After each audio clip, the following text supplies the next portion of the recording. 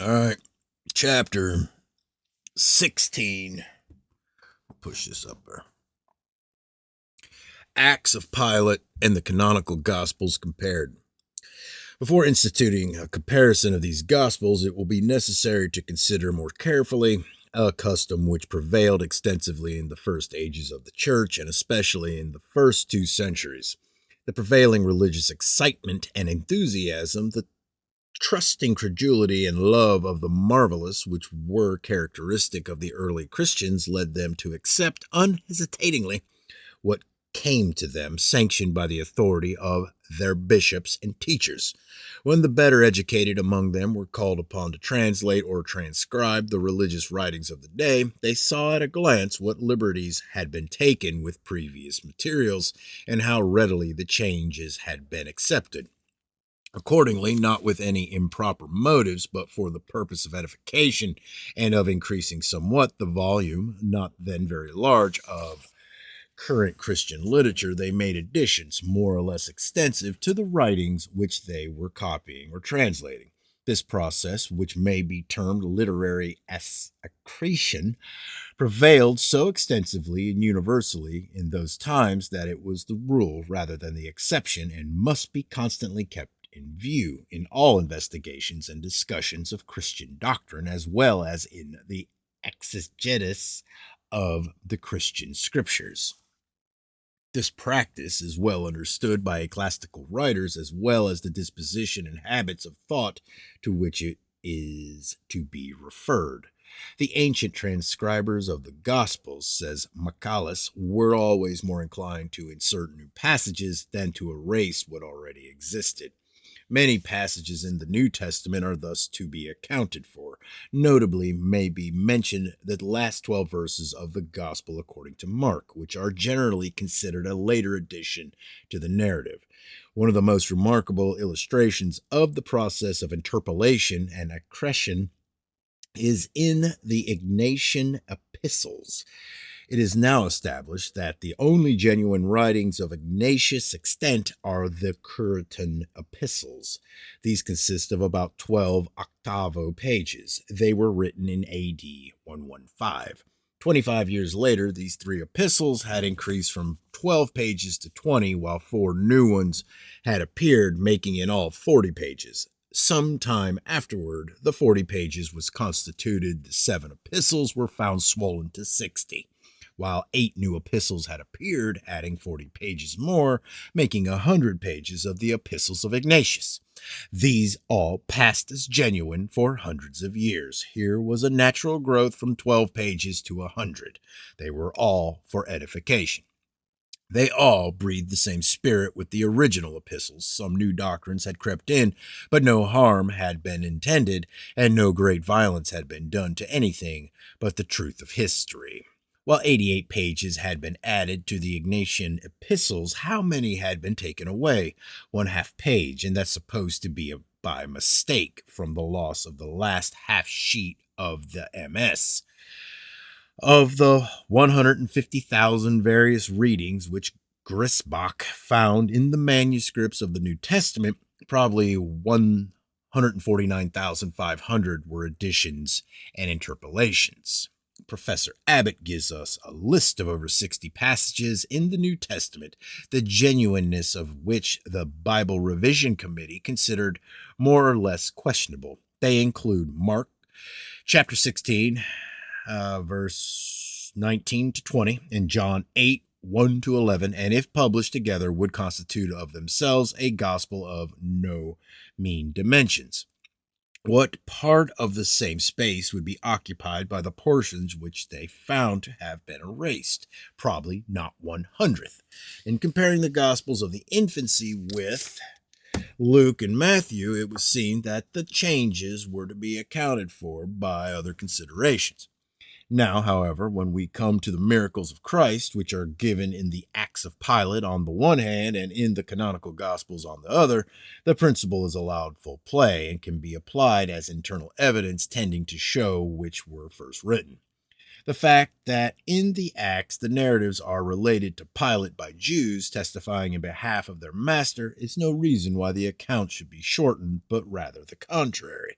The witnesses would be anxious to have Pilate impressed with the details of the wonderful occurrences. If the writer of the Acts of Pilate had before him the Gospels containing these narratives, we may be assured he would have put into the mouths of the witnesses every circumstance of an impressive character contained in those accounts, and would probably have added others. Let us see if that was the case. Some of the miracles of Jesus turning water into wine. This miracle is related in only one of the four Gospels, the Gospel according to John. The comparison can be made between the Acts of Pilate and the Gospel of John, with no disturbing forces from the other Gospels to be accounted for. Acts of Pilate, chapter 7. Hold on one second. Oh, no, we're good. And after other things, a certain Jew said, I saw Jesus invited to a wedding with his disciples, and there was a want of wine in Cana of Galilee. And when the wine was all drunk, he commanded the servants that they should fill 6 pots that were there with water. And they filled them up to the brim, and he blessed them and turned the water into wine. And all the people drank, being surprised at this miracle. Gospel of John, chapter 2. And the third day there was a marriage in Cana of Galilee, and the mother of Jesus was there. And both Jesus was called and his disciples to the marriage. And when they wanted wine, the mother of Jesus saith unto him, They have no wine. Jesus saith unto her, Woman, what have I to do with thee? Mine hour is not yet come. His mother saith unto the servants, Whatsoever this saith unto you, do it. And there were set there 6 water pots of stone, after the manner of the purifying of the Jews, containing 2 or 3 firkins apiece. Jesus saith unto them, Fill the water pots with water, and they filled them up to the brim. And he saith unto them, Draw out now, and bear unto the governor of the feast, and they bare it.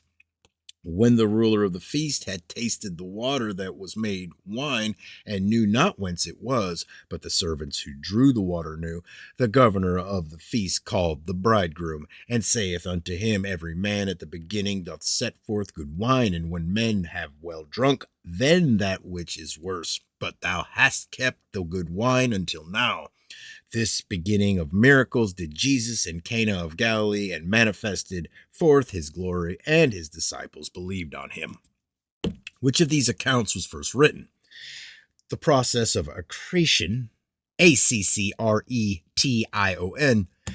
which has been alluded to, has 2 modes of development. The one by clothing the same facts in the more copious dress, the other by interpolation of additional facts. Both these processes are here to be observed. Not only are the facts constituting the miracle, which in the Acts of Pilate are narrated in a plain, concise, and impressive manner, enveloped in much additional and useless verbiage in John, but also 2 additional circumstances are inserted: the size of the water pots, and the fact that the newly made wine was better than the other.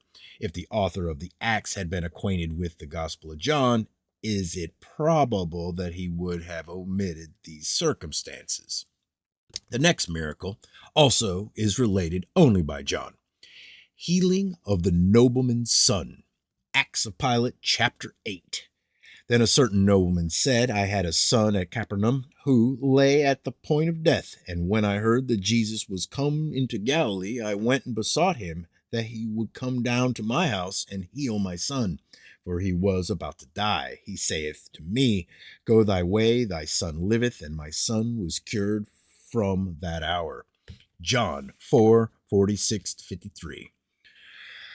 And there was a certain nobleman whose son was sick at Capernaum, and when he heard that Jesus was come out of Judea into Galilee, he went unto him and besought him, and he would come down and heal his son, for he was at the point of death. Then Jesus unto him, Except ye see signs and wonders, ye will not believe. The nobleman saith unto him, Sir, come down ere my child die. Jesus saith unto him, Go thy way, thy son liveth. And the man believed the word that Jesus had spoken unto him, and went his way. And as he was now going down, his servants met him and told him, saying, Thy son liveth. Then inquired he of them the hour when he began to amend. And they said unto him, Yesterday at the 7th hour the fever left him. So the father knew that it was at the same hour in the which Jesus saith unto him, Thy son liveth, and himself believed, and his whole house. The difference in the narrative consists almost entirely in the greater diffuseness of style and copiousness of detail. John, with no new facts of any importance introduced. This difference indicates a later narrative in John, that the short paragraph in the Acts should, under the hand of the author of John, grow into the 9 verses, would be in perfect accordance with the law of accretion when prevailing. Accretion? The next miracle is related in Luke and Mark, but not in John or Matthew. The comparison will be made with the shorter narrative in Luke. Hold on. Okay. Casting out the unclean devil at Capernaum. Acts of Pilate, chapter 7. And another Jew stood forth in the midst of them and said, I saw Jesus in Capernaum teaching in the synagogue, and there was in the synagogue a certain man who had a devil. And he cried out, saying, Let me alone. What have we to do with thee, Jesus of Nazareth? Art thou come to destroy us? I know that thou art the Holy One of God. And Jesus rebuked him and said to him, Hold thy peace, unclean spirit, and come out of the man. And presently he came out of him and did not at all hurt him. Luke 4:31-35. And on the Sabbath days he taught them, and they were astonished at his doctrine, for his word was with power. And in the synagogue there was a man who had a spirit of unclean devil, and he cried out with a loud voice, saying, Let us alone, what have we to do with thee, thou Jesus of Nazareth? Art thou come to destroy us? I know thee, who thou art, the Holy One of God.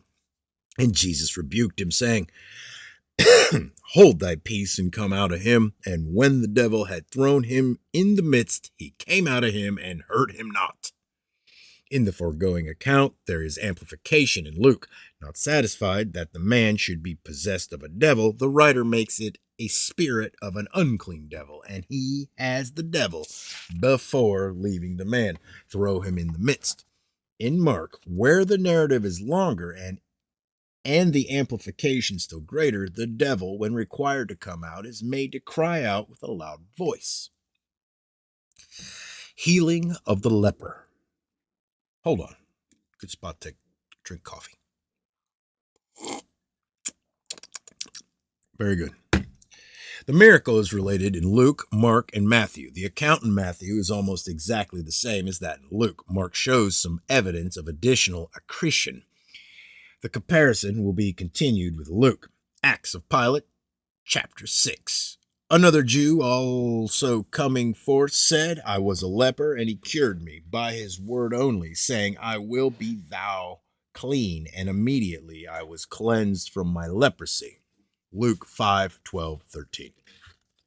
And it came to pass, when he was in a certain city, behold, a man full of leprosy, who, seeing Jesus, fell on his face, and besought him, saying, Lord, if thou wilt, thou canst make me clean.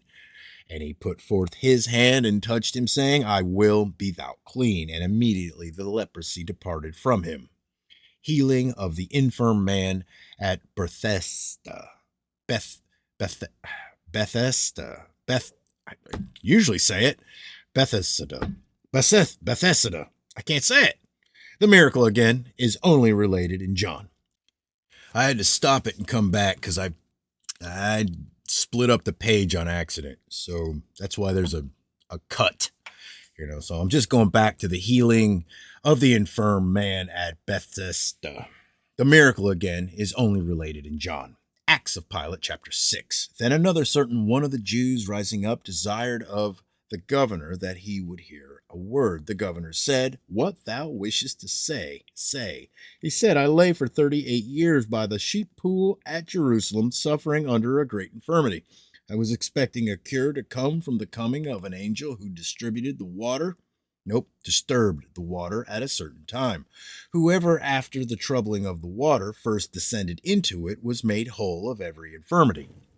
Jesus, finding me languishing there, said to me, Wilt thou be made whole? And I answered, Sir, I have no man when the water is troubled to put me in the pool. And he said unto me, Rise, take up thy bed and walk. And I was made whole, and immediately took up my bed and walked. Here follows a colloquy concerning the Sabbath of the same general tenor as that in John, but much shorter. Now, John 5:1-16. After this, there was a feast of the Jews, and Jesus went up to Jerusalem. Now there is at Jerusalem by the sheep market a pool, which is called in the Hebrew tongue Bethesda, having 5 porches. In these lay a great multitude of impotent folk, of blind, halt, withered, waiting for the moving of the water. For an angel went down at a certain season into the pool and troubled the water. Whosoever then first after the troubling of the water stepped in was made whole of whatsoever disease he had. And at a certain man there was there who had an infirmity 38 years.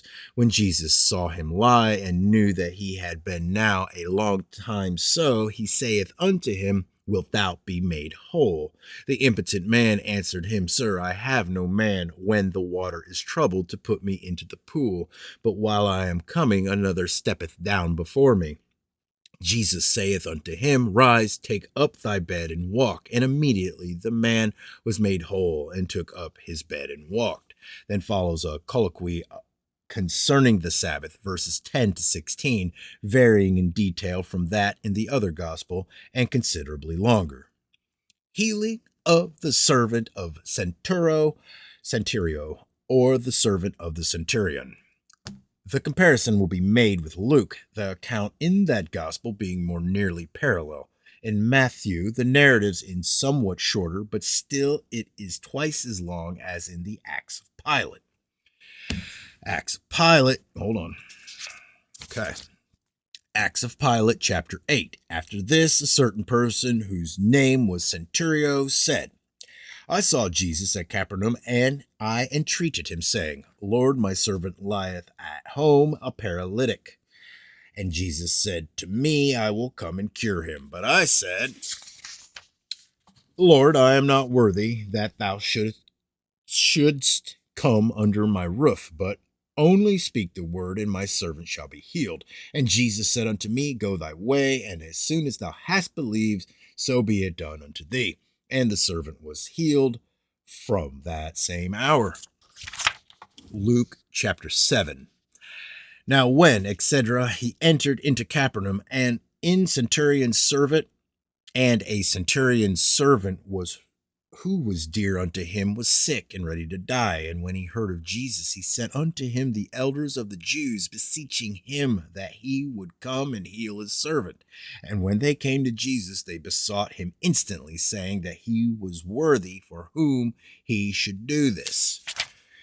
For he loveth our nation, and he hath built us a synagogue. Then Jesus went with them, and when he was not far from the house, the centurion sent friends unto him, saying unto him, Lord, trouble not thyself, for I am not worthy that thou shouldest enter under my roof.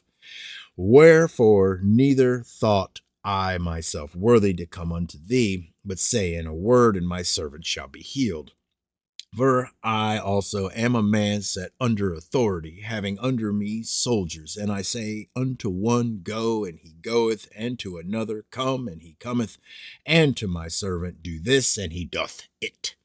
When Jesus heard these things, he marveled at him, and turned him about, and said unto the people that followed him, I say unto you, I have not found so great faith, no, not in Israel.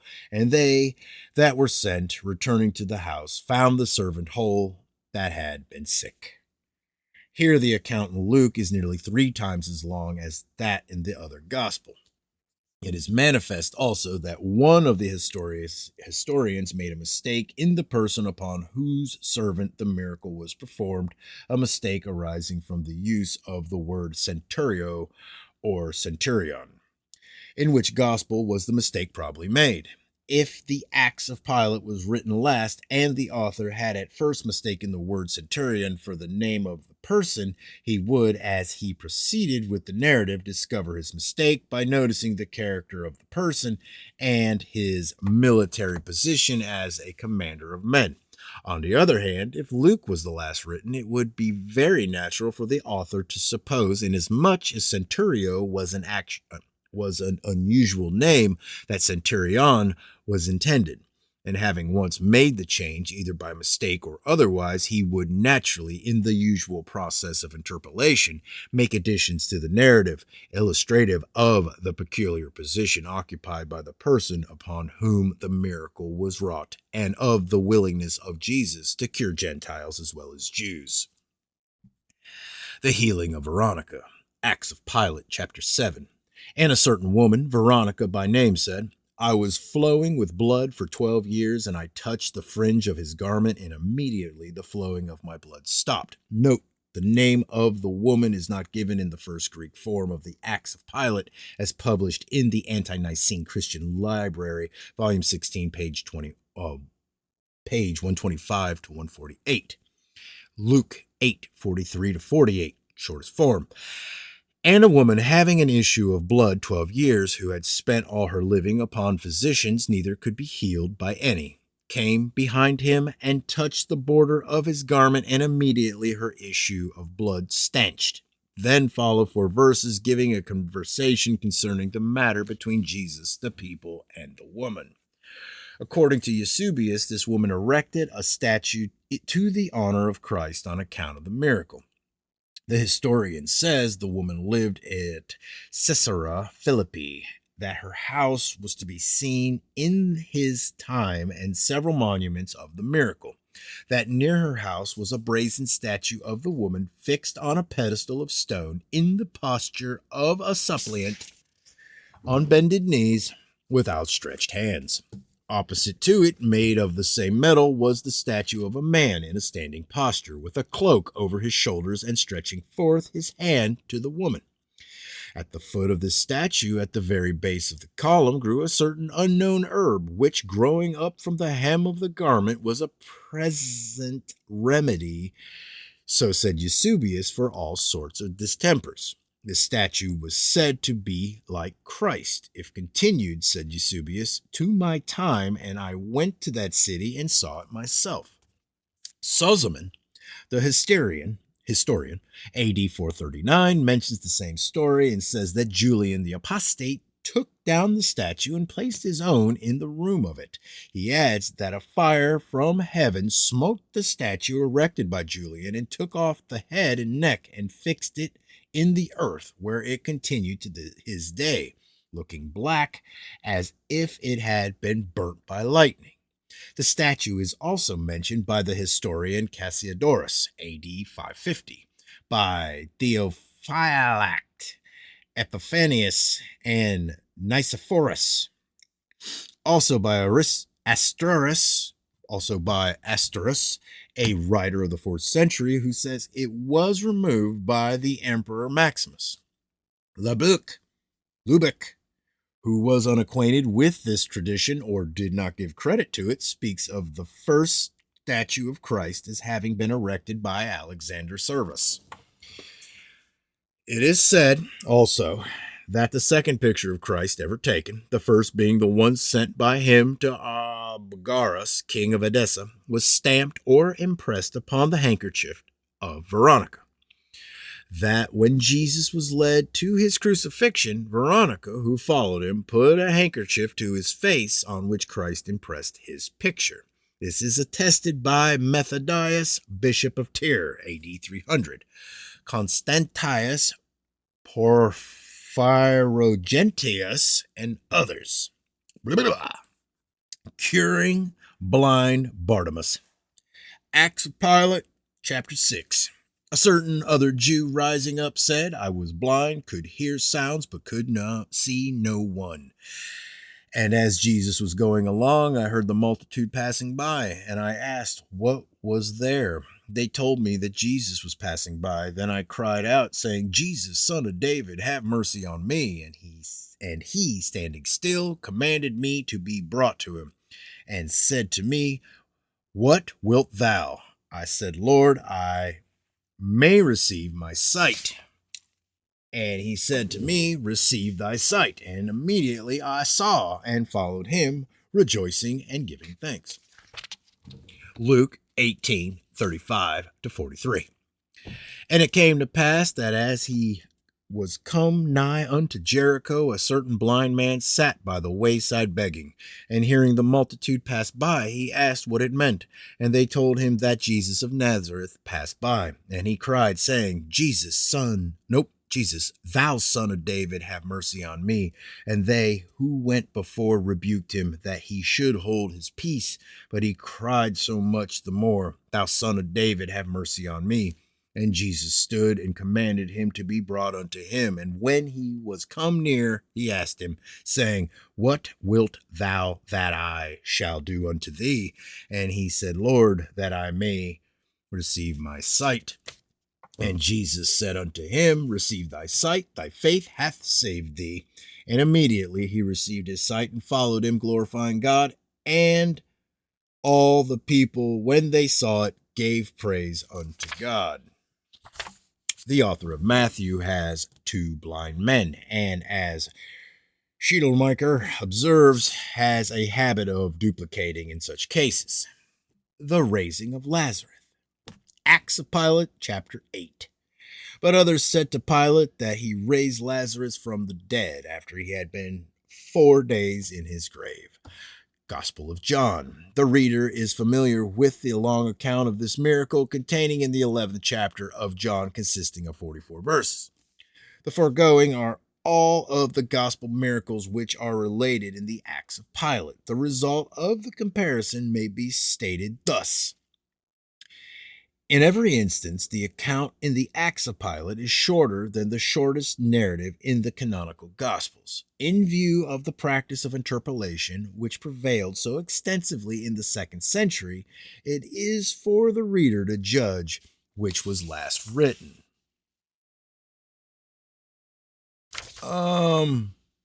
Yeah, I think I'm going to stop here instead. I was going to go another page, but that's a good stop spot. Like I said, sorry about the break. You'll catch it.